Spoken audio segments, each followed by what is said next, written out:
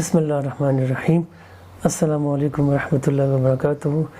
ناظرین، آج جس ٹاپک میں ہم نے بات کرنی ہے وہ حسد، اس کے نقصانات اور علاج پر ہے۔ یہ ایک اخلاقی اور روحانی اور قلبی بیماری ہے۔ حسد کے لغوی معنی، حسد کا لفظ حسدل سے بنا ہے، جس کے معنی چچڑی، جوں کے مشابہ قدرے لمبا کیڑا ہے۔ جس طرح چچڑی انسان کے جسم سے لپٹ کر اس کا خون پیتی رہتی ہے، اسی طرح حسد بھی انسان کے دل سے لپٹ کر گویا اس کا خون چوستا رہتا ہے، اس لیے اسے حسد کہتے ہیں۔ حسد کے اصطلاحی معنی، امام راغب اصفہانی رحمۃ اللہ علیہ حسد کی تعریف بیان کرتے ہوئے لکھتے ہیں، جس شخص کے پاس نعمت ہو اس سے نعمت کے زوال کی تمنا کو حسد کہتے ہیں۔ امام جرجانی رحمۃ اللہ علیہ فرماتے ہیں کہ حاسد صاحب نعمت سے نعمتوں کے زوال کی چاہت کرتا ہے اور تمنا کرتا ہے کہ یہ نعمتیں اس سے چھن کر مجھے مل جائیں۔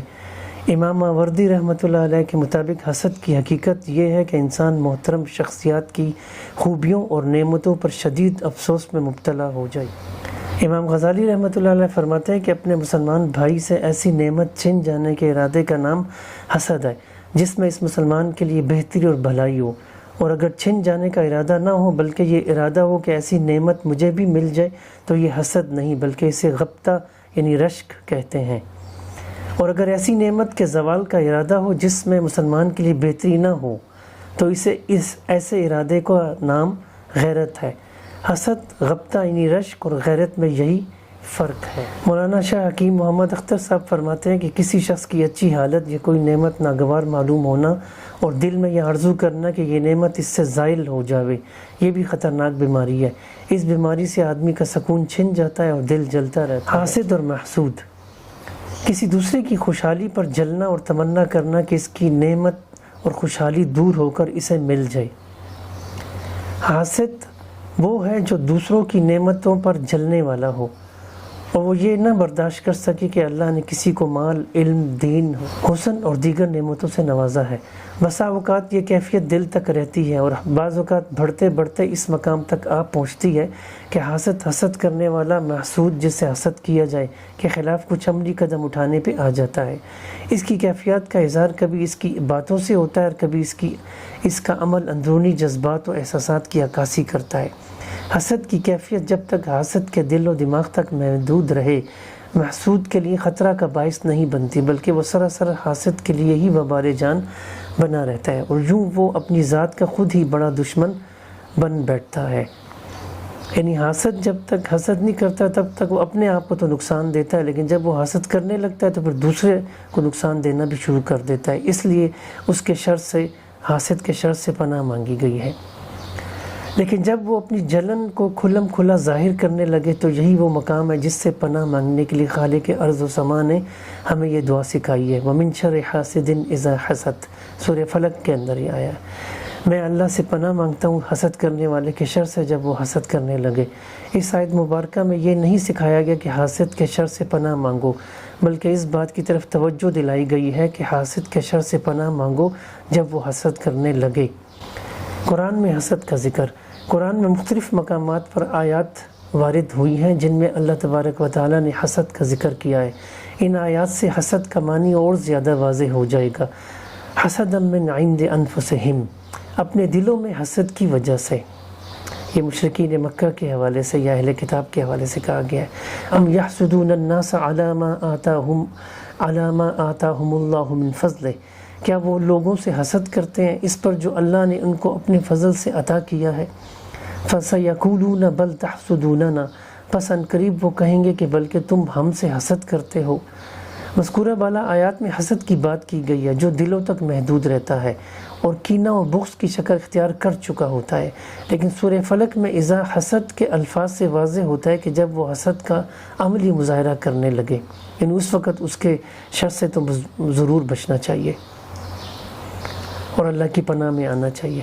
حسد احادیث نبویہ صلی اللہ علیہ وسلم کی روشنی میں حضرت ابو ہریرہ رضی اللہ عنہ بیان کرتے ہیں کہ نبی اکرم صلی اللہ علیہ وسلم نے فرمایا کہ تم حسد سے بچو، کیونکہ حسد نیکیوں کو اس طرح کھا جاتا ہے جس طرح آگ لکڑیوں کو کھا جاتی ہے۔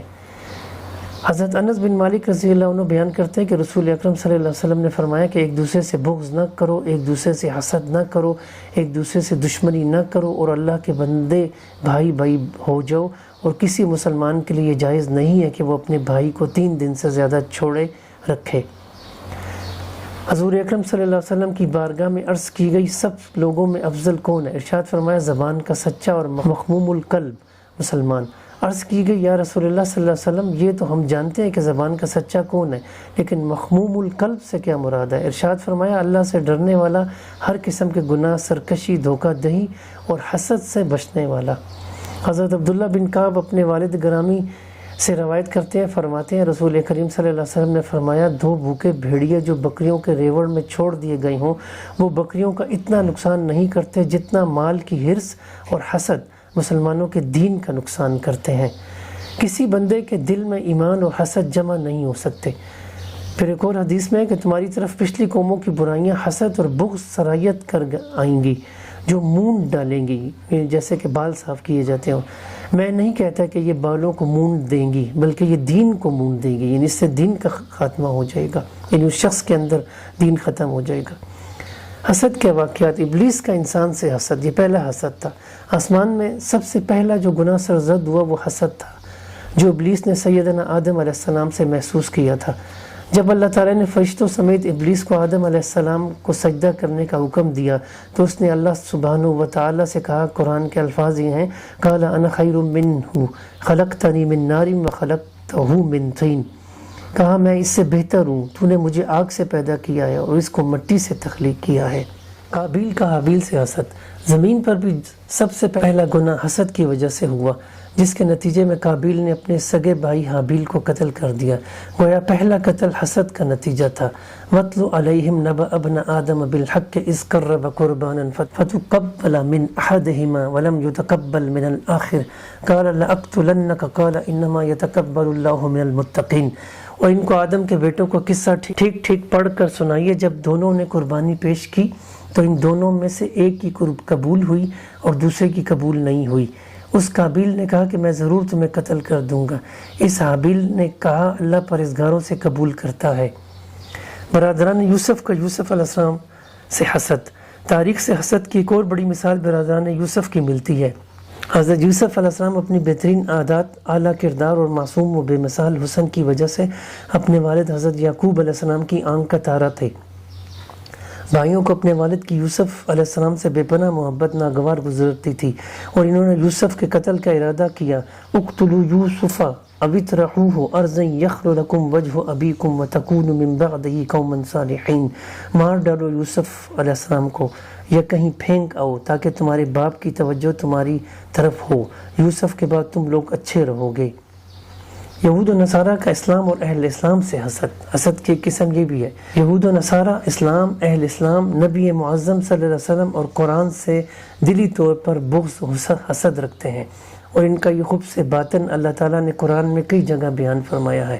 علماء یہود منتظر تھے کہ آخری نبی ہم میں یعنی بنی اسحاق میں مبعوث ہوگا، مگر جب اللہ نے اپنی حکمت بالغہ کے تحت آخری نبی بنی اسماعیل میں مبعوث فرمائے صلی اللہ علیہ وسلم تو یہود بنی اسماعیل کی برتری برداشت نہ کر سکے، وہ اپنی سرداری اور برتری کے زعم میں مبتلا تھے، لہٰذا نبی مرسل صلی اللہ علیہ وسلم پر ایمان لانے کی بجائے حسد کرنے لگے۔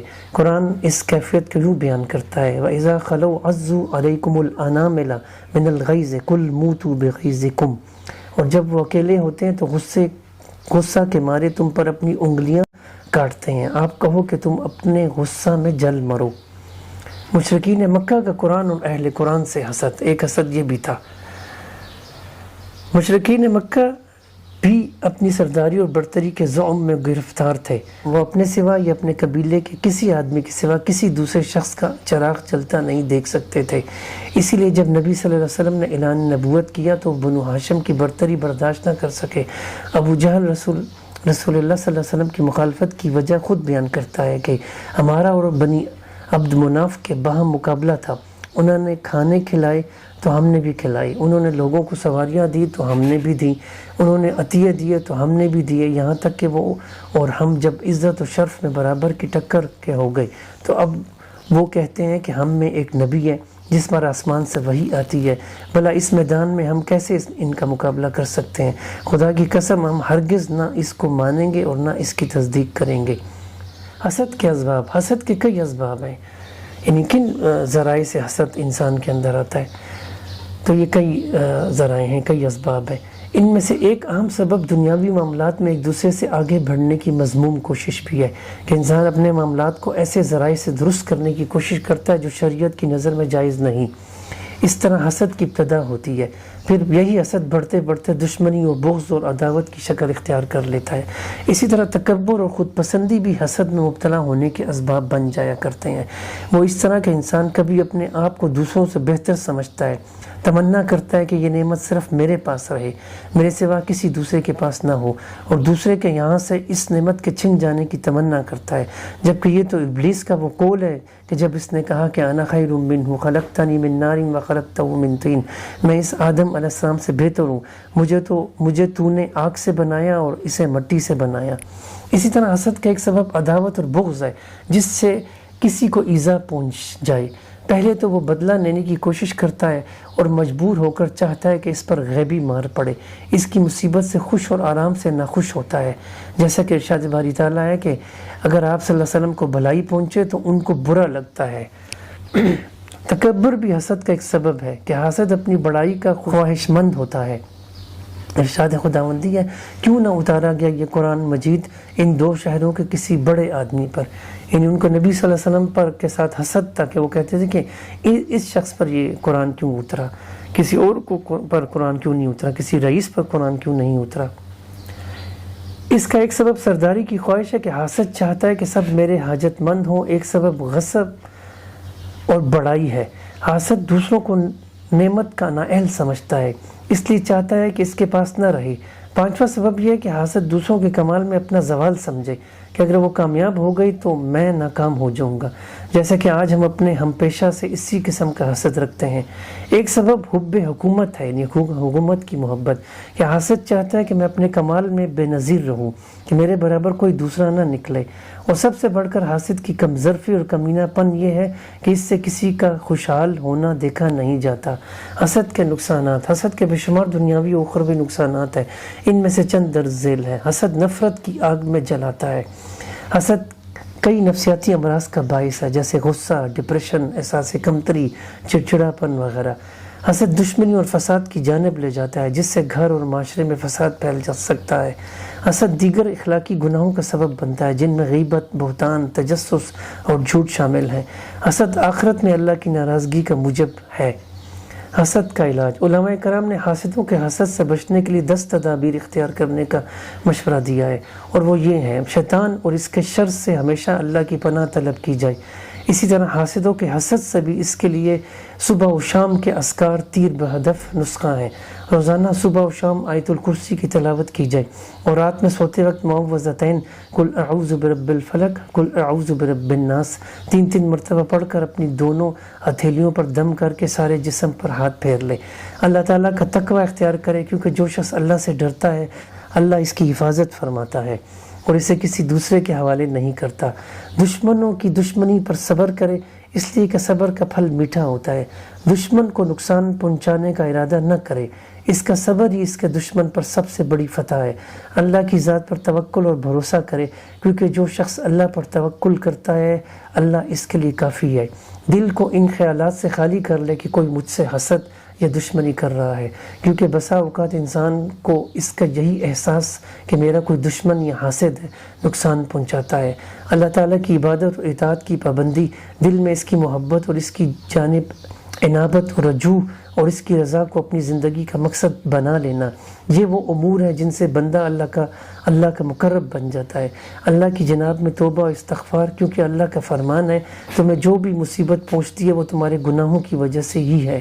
صدقہ و خیرات کرنا، اس سے بھی بلائیں اور مصیبتیں دور ہوتی ہیں، اور یہ حاسدوں کے حسد اور نظر بد سے بچنے کا مجرب نسخہ ہے۔ حاسدوں کے ساتھ احسان کرنا چاہیے، اس سے بھی آدمی حاسدوں کے شر سے بچ سکتا ہے۔ اگرچہ بڑا مشکل کام ہے، لیکن یہ ایک علاج ہے۔ علماء کرام یہ علاج بتاتے ہیں قرآن و حدیث کی روشنی میں۔ ہو سکتا ہے کہ حاسد کو اللہ تعالیٰ حسد چھوڑنے کی توفیق دے دے اور وہ بجائے دشمنی کے دوستی اور بھلائی کرنے لگ جائے۔ انسان توحید پر قائم رہے اور یہ جان لے کہ اللہ کے سوا کسی میں بھی نفع یا نقصان پہنچانے کی طاقت نہیں ہے۔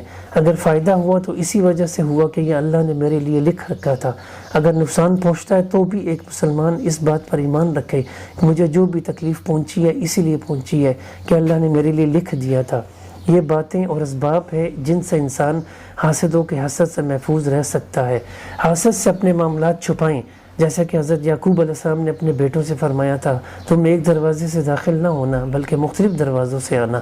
حاسد سے دور رہنا چاہیے، حاسد پر احسان کرنا چاہیے، حاسد کو تحفے تحائف دینے چاہیے، حاسد کی ہدایت کے لیے دعا کرتے رہنا چاہیے کہ اللہ اسے حسد کی بیماری سے نجات عطا فرمائے، آمین۔ اللہ ہم سب کو حسد کی بیماری اور حاسدوں کے شر سے محفوظ فرمائے۔ ناظرین، یہ بہت ہی خطرناک بیماری ہے، اس کے اسباب آپ کے سامنے میں نے رکھ دیے ہیں۔ اس کے اسباب کو جاننا چاہیے، اس سے بچنا چاہیے، اس کے علاج کی طرف توجہ دینی چاہیے۔ اور آج ہمارا معاشرہ ان اخلاقی برائیوں سے بھرا ہوا ہے۔ اللہ تعالی ہمیں اپنی اصلاح کی کوشش کرنے کی توفیق دے اور اس بری بیماری سے اللہ ہماری حفاظت کرے اور حاسدوں کے شر سے اللہ تعالی ہمیں محفوظ کرے، آمین یا رب العالمین۔